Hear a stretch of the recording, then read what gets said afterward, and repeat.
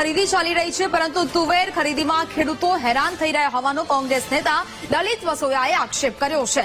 તેમણે કહ્યું કે ધોરાજીમાં ટેકાના ભાવે ખરીદી માટે 6000થી વધુ ખેડૂતોએ રજીસ્ટ્રેશન કરાવ્યું હતું, પરંતુ સેટેલાઇટથી સર્વે કરીને ખેડૂતોએ તુવેરનું વાવેતર નથી કર્યું તેવા બહાના આપીને 2400 કરતા પણ વધુ ખેડૂતોના રજીસ્ટ્રેશન રદ કરી દેવાયા છે। ત્યારે લલિત વસોયાએ સરકાર પર ઇરાદાપૂર્વક ખરીદી ન થઈ રહી હોવાના આરોપ લગાવ્યા છે।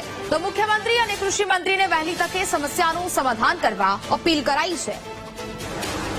તાલુકાની અંદર 6700 જેટલા ખેડૂત ખાતેદારોએ તુવેર ટેકાના ભાવે ખરીદાય એટલા માટે નોંધણી કરાવી। બજાર ભાવ અને ટેકાના ભાવમાં ડિફરન્સ છે।